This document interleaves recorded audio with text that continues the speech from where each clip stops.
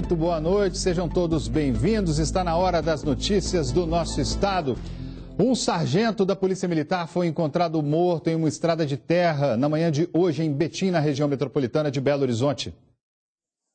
O corpo do sargento Bruno Marcelos Porto, de 28 anos de idade, foi encontrado com sinais de tortura no alto desse morro, no bairro Sapucaias 2, região de Betim. O local é de difícil acesso. A suspeita é de que a vítima foi trazida para cá ainda durante a madrugada. O sargento foi morto a tiros. A perícia foi realizada, mas não soube precisar a quantidade dos disparos, apenas que foram muitos. As informações são de que a vítima estava de férias e não ia em casa há 3 dias. Ontem ele foi visto em um bar, assistindo a partida do Atlético pela Libertadores na companhia de um homem. Os dois teriam deixado o estabelecimento juntos. Estão sendo levantados todos os indícios existentes até o momento, a partir de tentar localizar os últimos passos dele ontem, as pessoas que estavam juntas, para sabermos por onde saiu, para onde foi, tentar encontrar alguma pista que possa nos levar à autoria desse homicídio.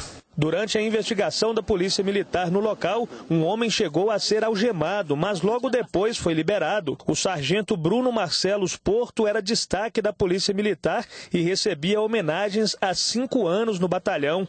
Ele era casado e deixou uma filha. Não existe ainda nada fechado, não tem como fechar em nenhuma linha de investigação, porque os fatos ainda são muito recentes e todos os policiais estão a campo, a Polícia Civil está a campo, a Delegacia de Homicídio está a campo para tentar exatamente elucidar isso aí para se buscar a autoria do homicídio. E outro caso envolvendo a morte de um policial. Ontem, a minha colega Luciana Viana trouxe para a gente a informação do assassinato de um sargento em 7 Lagoas. E hoje a polícia prendeu os 5 suspeitos do crime. Não é isso, Luciana? Boa noite. Boa noite, André. Boa noite a todos. Inclusive, o inquérito, não é, do assassinato aí do policial militar deve ser encerrado, André, dentro de 10 dias. Foi o que a Polícia Civil nos informou hoje. Infelizmente, o militar que era lotado no 25º Batalhão em 7 Lagoas, não é? Ele, o Vanderly Geraldo dos Reis, de 48 anos, ele foi morto ontem, por volta de meio-dia, quando chegava em casa. Ele que ia almoçar com a esposa e com o filho, foi surpreendido por suspeitos. Ele levou um tiro na cabeça, no peito, acabou não resistindo aos ferimentos, morreu no local. Apesar do susto, esposa e filho não ficaram feridos. A polícia fez um cerco-bloqueio na tarde de ontem, conseguiu prender alguns dos suspeitos e hoje a polícia nos informou também que ao todo são 7 presos, viu, André? 7 presos, entre eles uma mulher e 2 menores. Esses 2 menores, inclusive, já teriam passagens pela polícia. Portanto, dentro de 10 dias, André, deve ser encerrado esse inquérito que apura a motivação desse crime covarde, não é? Esse policial militar, portanto, que estava trabalhando, foi em casa almoçar e foi surpreendido por bandidos. André, agora a polícia trabalha com algumas linhas de investigação. A primeira delas, latrocínio, né? O roubo seguido de morte. Vamos aguardar aí as investigações. André, lembrando que o corpo do policial militar foi enterrado hoje, no início da tarde, André. Pois é, são crimes absurdos, né? Afinal de contas, são as pessoas que estão aqui para nos trazer segurança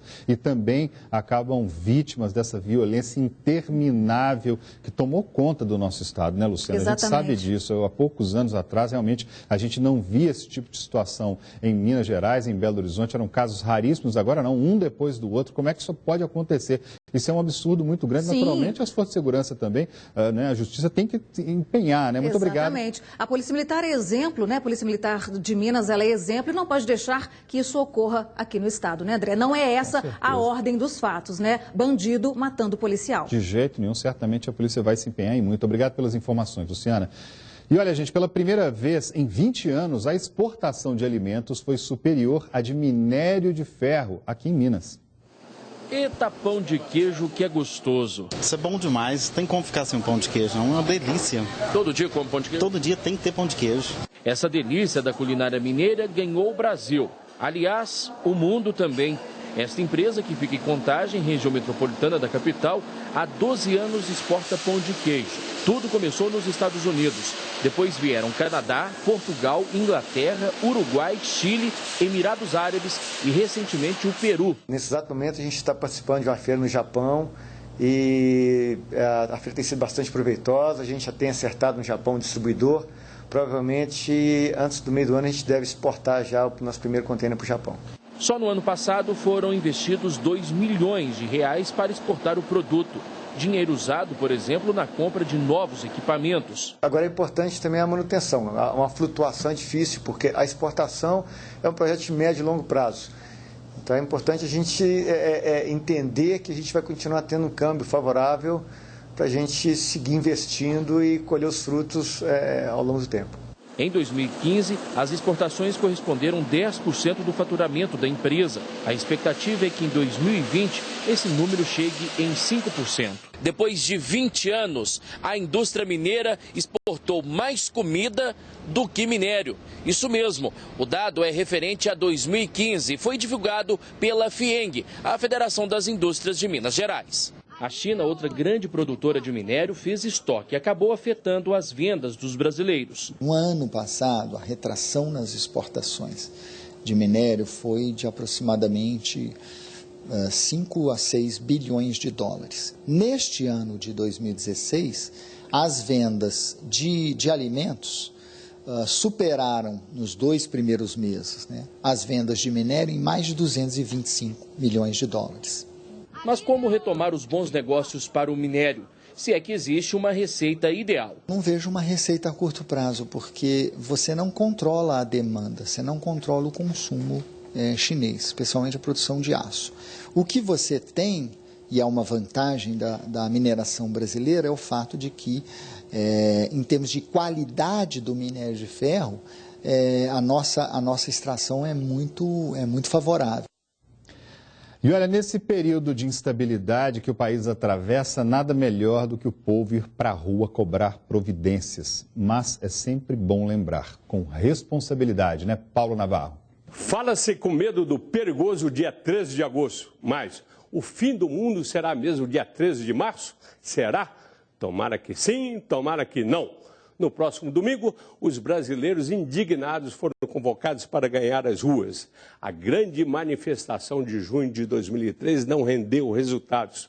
Parecia que os rebeldes só tinham uma justa causa. 2 pontos: diminuir o preço das passagens de ônibus. As últimas manifestações não empolgaram, viraram até piada. Nem a do impeachment seduziu. Por isso, por não terem cortado o mal pela raiz ou pelo tronco, ainda frágil, é que domingo promete ser barulhento. Brasília e os políticos em geral não deram ouvido ao povo, apenas esmolas. Como o Brasil é o país dos escândalos diários, os últimos acontecimentos podem ter sido a gota d'água. Veremos. O Brasil é uma triste surpresa com uma diferença. O carnaval passou e a realidade da inflação e do desemprego continuou. Aumentou. Vem aí uma dica: quem for para as ruas, vá com respeito. Quem resolve mesmo e do jeito certo são as eleições. E este ano tem. Vamos bater lata. No próximo bloco, você vai ver que o número de roubos em Minas aumentou. Só em Belo Horizonte o crescimento chega a mais de 20%. E ainda, a ANAC propõe novas regras para os voos domésticos e os passageiros podem ser beneficiados. Você descobre quais são as alterações daqui a pouquinho, logo depois do nosso intervalo. Não saia daí, fique com a gente.